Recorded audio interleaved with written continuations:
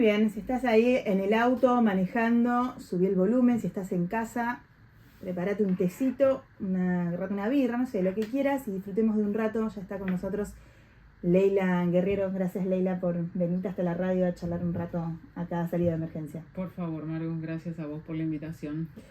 La excusa para charlar un rato con Leila es La llamada, un retrato, que es un libro que acabas de publicar. Yo te decía antes del aire que se lee como de corrido, ¿no? Es una... No, pero en serio, es una historia que te atrapa. Si no la conocen, a Leila tiene una narrativa que es como si vos estuvieras ahí, ¿no? Hasta casi podés sentir los olores. Eso, ¿no? Y acá, además, para los que somos periodistas, para los que estudian periodismo, tiene mucho también de eso, este libro, de cómo hacer el laburo, de cómo contar una historia, de las cosas que pasan en el proceso. Me parece que hay como un montón de textos en el mismo texto, más allá de las idas y vueltas entre pasado, presente, vas y venís mucho, la multiplicidad de voces. Es la historia de Silvia Labairú, una militante montonera que fue secuestrada y detenida en la ESMA y que además sufrió abuso sexual, violaciones, tuvo su primera hija en la ESMA. Es una historia desgarradora por donde la arranque, ¿no? Por donde entre, porque su presente también es muy, muy jodido. Bueno, no sé si su presente, pero su presente inmediato cuando sale de la ESMA porque es rechazada por todos esos militantes que debieron haberla abrazado, ¿no? O que quizás vos también decías eso, ¿no? Yo pensé que era así, y me encontré con su historia, con otra cosa. Arranquemos por el principio, Leila. Hay un momento que vos en la novela contás una conversación que tenés, ya no me acuerdo con quién, que te dice como qué metejón tenés con los 70, y vos le decís, no, yo el metejón lo tengo con la historia de esta mujer. Sí. ¿Por qué? Mira, primero es una pequeña cosita, no es una novela, es un libro de no ficción, o sea, no tiene nada de novelado, digamos, es la vida real de esta mujer que es Silvia Labairú. Y esa persona, que es un amigo, me dijo algo así como, era hora que te metieras con los 70. Y yo le dije, o sea, me quedé pensando, ¿no? Y yo la verdad es que no tengo ningún metejón con los 70, me interesa, por supuesto. Me interesa, he leído muchas cosas, leo muchas cosas y todo, pero mi interés estaba puesto en ella, en Silvia Labairú. Y además, también el hecho de que no sea un libro sobre los 70, de que yo siempre estuve decidida a no escribir un libro sobre los 70, sino sobre Silvia Labairú, me daba a mí también una especie de libertad, porque yo no soy la persona indicada para escribir un libro sobre los 70. Colegas nuestras y nuestros han hecho cosas estupendas con los 70, han hecho investigación, saben mucho.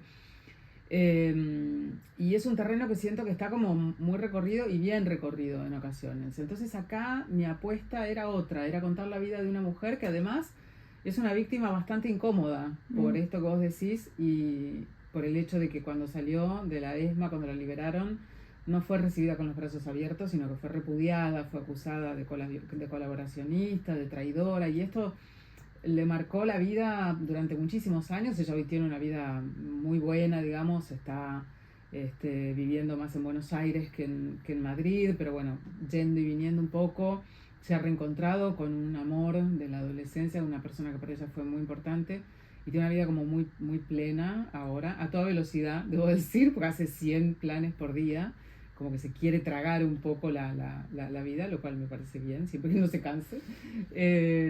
Pero para mí el atractivo estaba en la historia de ella porque era una historia tan singular que permitía contar la historia grande de alguna manera desde la historia pequeña, ¿no? Era el choque entre la historia personal, la historia con minúscula, podríamos decir, de una persona, con la historia con mayúsculas, que es la historia precisamente de esos años 70 y comienzos de los 80, que por supuesto están como telón de fondo todo el tiempo, ¿no? De hecho, como dijiste bien, ella era una militante montonera, tenía 18 años, trabajaba en inteligencia de montoneros, o sea, no estaba en cualquier sector de montoneros, estaba en un lugar muy, muy picante, como se dice ahora. Y después, asimismo, también la historia la puso en un lugar en la ESMA que tampoco fue un lugar periférico. Ella, de alguna manera, tiene un lugar central en lo que es la propia historia de la ESMA, todo lo que pasó ahí, iba a decir relación, estaba pensando si la palabra es relación, es vínculo, es situación en la que le pone el destino con Astiz, que queda involucrada en un montón de situaciones por las que ella, me parece que se hace muchas preguntas todavía hoy, y que le hacen un montón de preguntas cuando ella sale de la ESMA, cuando emigra a España, cuando llega, inclusive hasta su propia pareja, ¿no? Ahí en el libro vos hablás con el que es el padre de Vera, de su primera hija. Sí. No sé qué te pasa a vos, pero cuando uno lo lee, o por lo menos en lo que, no sé, en lo personal, te queda la cosa de como que hasta él mismo en el fondo siente o nunca terminó de responderse cuál fue el verdadero rol de Silvia en la ESMA. Sí, yo creo que es muy ambiguo todo en algunos de los testimonios, ¿no? Está esta cosa, muchos hablan de algo que ella detesta y creo que con razón, que es la simplificación de la situación en el síndrome de Estocolmo, ¿no? Que creo que es como una etiqueta fácil para contar una cosa que, primero, no tiene nada que ver con eso y que es mucho más compleja que eso. Silvia estaba en una situación completamente imposible, o sea, los militares... Ella parió en la ESMA a Vera, pero los militares no se apropiaron de la bebé, sino que la entregaron a sus abuelos. Y por suerte Vera pudo ser criada, por lo menos durante el año y medio que Silvia estuvo secuestrada por sus abuelos paternos. Después, cuando ella salió al exilio, se la llevó a la nena, obviamente, con ella a Madrid, pero era una chica de 21 años, 22, sola, con una nena de un año y medio, sin idea de nada, de cómo criar. Pensá que cuando ella parió en la ESMA, rompió aguas, y pensaba que se había orinado, no tenía idea de que eso sucedía cuando tenías el parto, digamos, cuando estabas lista para parir. Entonces, como que había un montón de ignorancias en torno al parto, a cómo criar. Y lo que, digamos, su hija, sus padres, sus suegros, su misma pareja, su esposo, en ese momento, eran como personas completamente vigiladas por los militares, con lo cual ella no podía hacer absolutamente nada, no podía tomar decisiones, estaba secuestrada, obligada a hacer trabajo esclavo, le asignaron un sujeto, un oficial de la Marina para que la violara reiteradamente de tal manera que ella demostrara que no los odiaba, digamos, ¿no? Tenía que dejarse violar,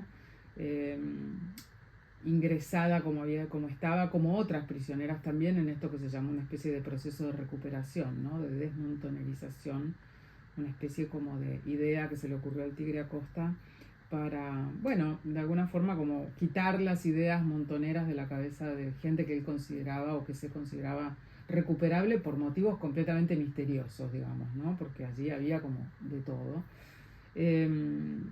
Y la sombra que pesó muchísimo sobre Silvia fue el hecho de que la obligaron a hacerse pasar por hermana de Astiz en la infiltración que hizo Astiz en el grupo de Madres de Plaza de Mayo, que era muy incipiente todavía.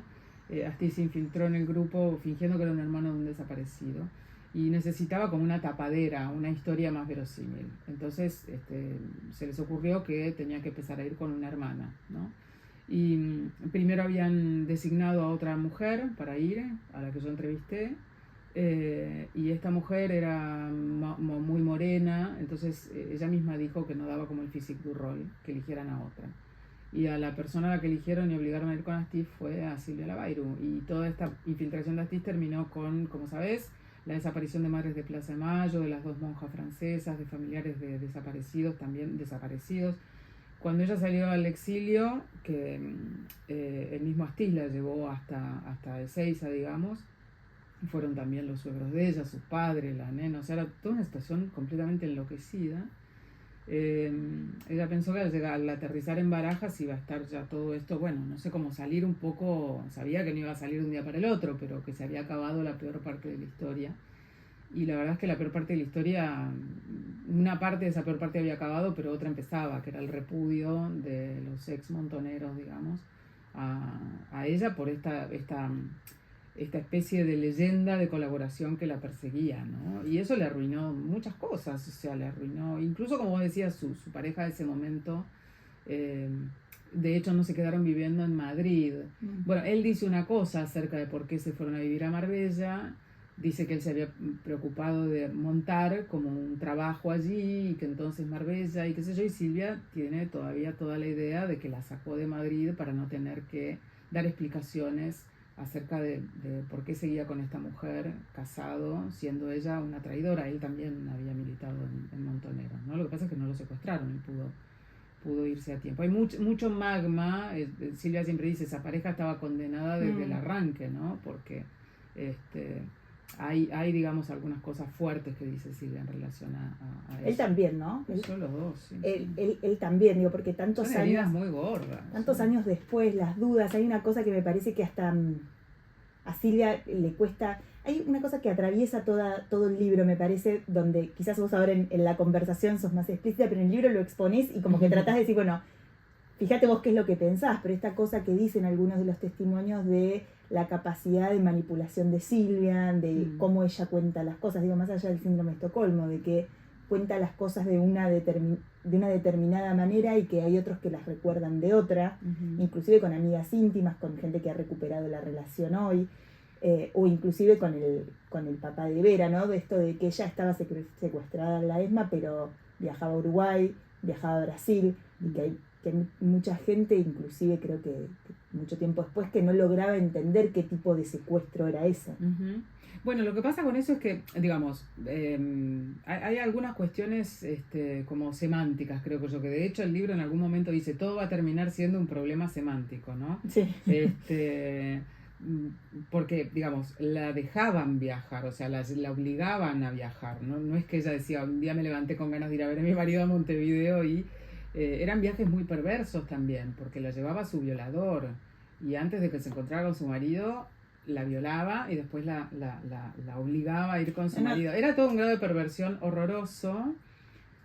Y imagínate que si, qué sé yo, en los primeros 2000 o hasta hace 7 años atrás hubiera costado mucho escuchar el relato de una mujer como Silvia en un juicio y no dudar, digamos. Perdón, contemos eso, porque Silvia es una de las primeras, si no la primera, que declara en sede judicial sobre los delitos sexuales ocurridos en la ESMA. Había habido mujeres que habían declarado en sedes judiciales dentro de causas. Claro, yo como causa específica. Como causa específica, ella es una de las 3 mujeres que decidió presentarse como denunciante en la primera causa que se hizo, que a partir de un cambio de la legislación se separó a la violación del resto de los tormentos. Entonces ellas 3 decidieron denunciar a sus violadores, digamos, ¿no?